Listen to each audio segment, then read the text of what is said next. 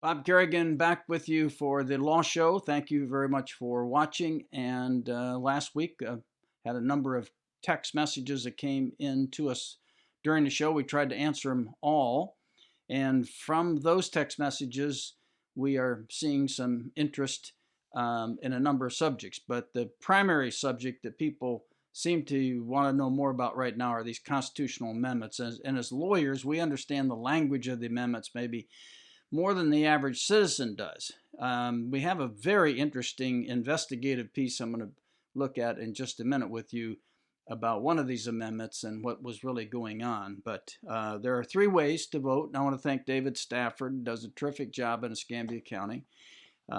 He is our supervisor of elections. We've had two great ones, Joel Olmixon and now David Stafford. So he has put out a very nice brochure that tells us everything we need to know about voting. If you didn't get an absentee ballot, then you will probably have received this in the mail that explains what the election is all about. It's a sample ballot, so you get a chance to read everything and study it and understand it. Voting is critical.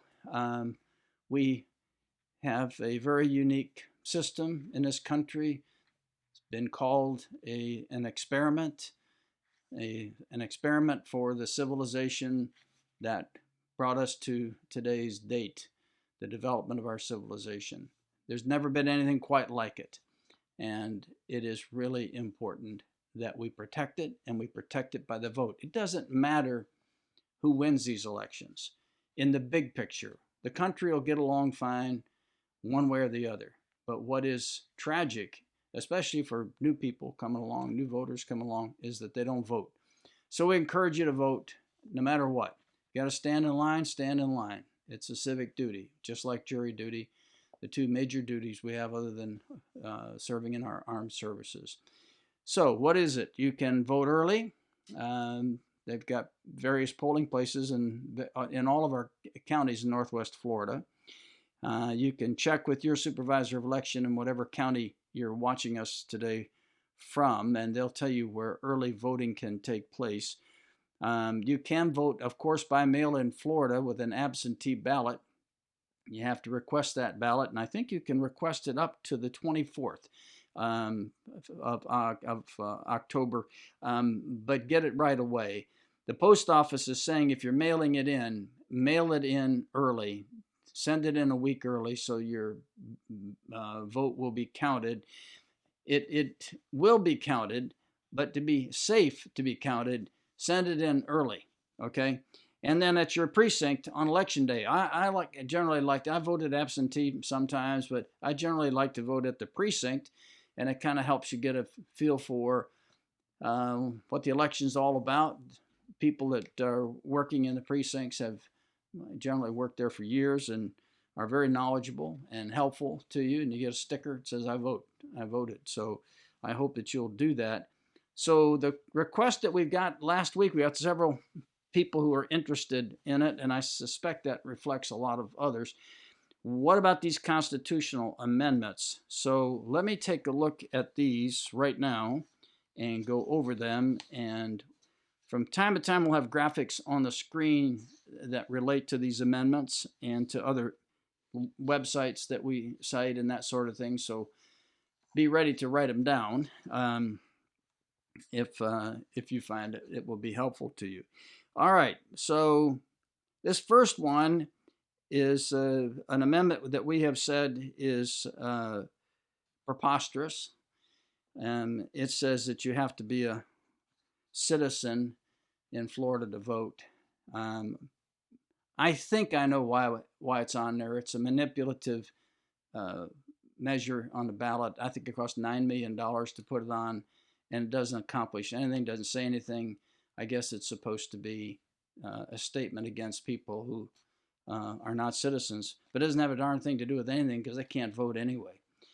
So I would vote no against it, recommend you vote no against that. Amendment 2 would raise the minimum wage in Florida. I discussed this last week. There's arguments for and against it. Had we not gone through this COVID-19 business and witnessing so many businesses that are in trouble, I would say irrevocably, absolutely vote for this, because over time, it's over a number of years, it raises the minimum wage to something better than it is. It's dismal right now. But the problem is there are employers that are struggling to make it. Small businesses that are really having a hard time with this. And so absent that, I would have said absolutely vote yes. I think it depends on your perspective. If you are more pro-labor and working person that supports people trying to make a living, probably will vote for this. If you're a business owner, you probably vote against it. Either way, you'll make an informed decision because you know what the issue is. Okay, we're going to raise the minimum wage over time, or we're going to try it another time after this COVID-19 thing passes. Amendment number 3 would end Florida's primary system. I discussed this last week too. Arguments for it: it opens up the primary to everybody, including the independents. But the comment I made last week, so I quote myself on this, is that since both the Republicans and Democrats are opposed to it, is probably a really good reason to vote for it. There are decent arguments for and against it. I think if you don't have a compelling reason to vote for a constitutional amendment in Florida, you should vote no. And so my recommendation on that would be to vote no. It's not necessary. And we haven't thought it through well enough, I don't think, the ramifications of an open primary. Amendment 4 would require any amendment to be approved in 2 separate elections. We're talking about general elections. So the citizens all vote to approve something as a constitutional amendment, and then the legislature, and this is all, the legislature's behind all of this, okay? I don't care what they say. The legislature's behind this because the legislature doesn't want you as a citizen to be able to implement a constitutional amendment. They don't, because the lobbyists don't want it. The lobbyists do not want any general measure on the ballot that affects their economic interest of their clients. It's pretty basic. They can control the legislature for the most part. They have huge input in the legislature. Everybody knows that. But on the constitutional amendment side of it, there is a real pushback by the lobbyists and legislators. They don't want the citizens to be able to put a constitutional amendment on the ballot. I'll talk about this at length. There's a very good investigative story that appeared on Florida Phoenix.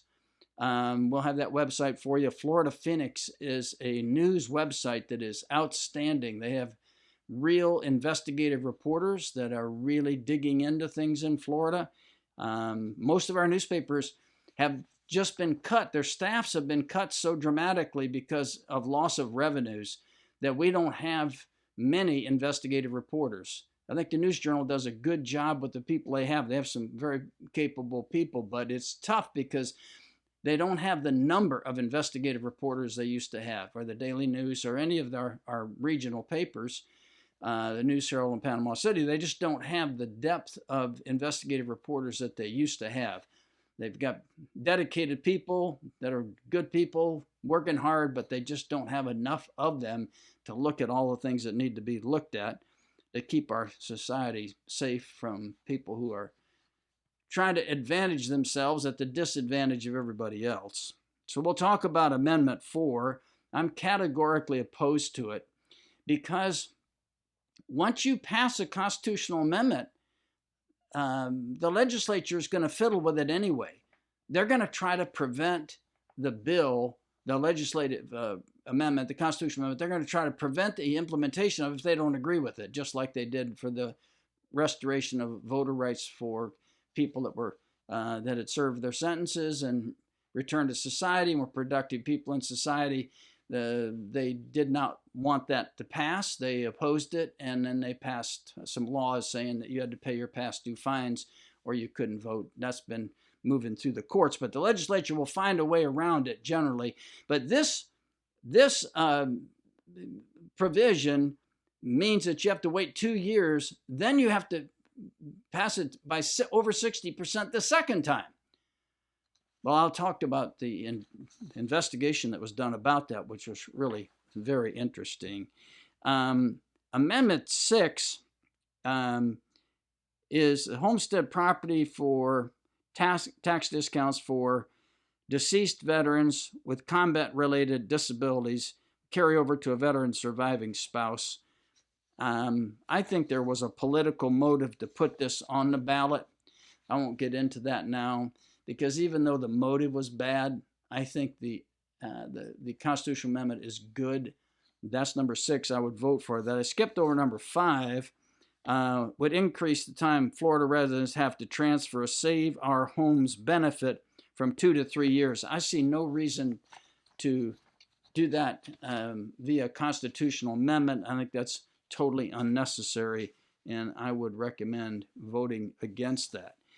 All right, now let's look at this article that I was telling you about called Dark Money Fuels Effort to Hinder Florida Citizens from Changing the Constitution. And some of the interesting quotes in this from a lawyer named Zimmerman. I'll just read you some of it. We were really focused on getting on the ballot to let people decide. We're not marketing it. We're not campaigning for it. We're not spending any money or advertising on it. What? You spent $9 million, somebody did, to get this on the ballot. And then you're saying, well, we're really not trying to do anything with it. Well, yes, you are. That's why you got it on the ballot. Ideally, it allows the electorate to look at an amendment, determine it's really something that should be foundational, and require the people to really understand what it is and become well informed and get it passed. That's the most condescending, insulting thing you could tell the voters, that you were too stupid the first time, so we're going to tell you why you don't really want to do something, because our lobbyists are going to be telling us all the arguments against it, and then we're going to tell you, and then we're going to spend some money and try to keep you from passing it the next time. And here's another comment. Ideally allow the people who want to campaign for constitutional amendments to get involved in local politics with their state representative or state senator to get that same change done through the legislature. Point of fact, you can't get it done through the legislature, and that's why people propose constitutional amendments, because they can't get the legislature to do anything other than respond to the lobbyists that influence the legislature. Then the question was, well, who paid for all this? Who put this on the ballot? He said, who funded it has nothing to do with what the amendment does. Oh, yeah, it has everything to do with it, because if we know who funded it, which is my view, it's the legislatures behind us. If we know who funded it, we know how to oppose it, or we know that there is a sound basis to oppose it. So you have to vote twice. We have to be in the general election every 2 years. It would apply to any proposed constitutional amendments, whether indicated by a petition or by the legislature. Well, the legislature is, free to put anything they want on the ballot. And they could put it on every year or 2 years or whatever. The idea here is that they're trying to restrict the public's access to this constitutional amendment process. All right, finally, it says that the AIF, Associated Industries of Florida, is a big lobbying outfit that lobbies for big business in Florida. They're into this up to their necks, and that's really one of the main culprits behind it.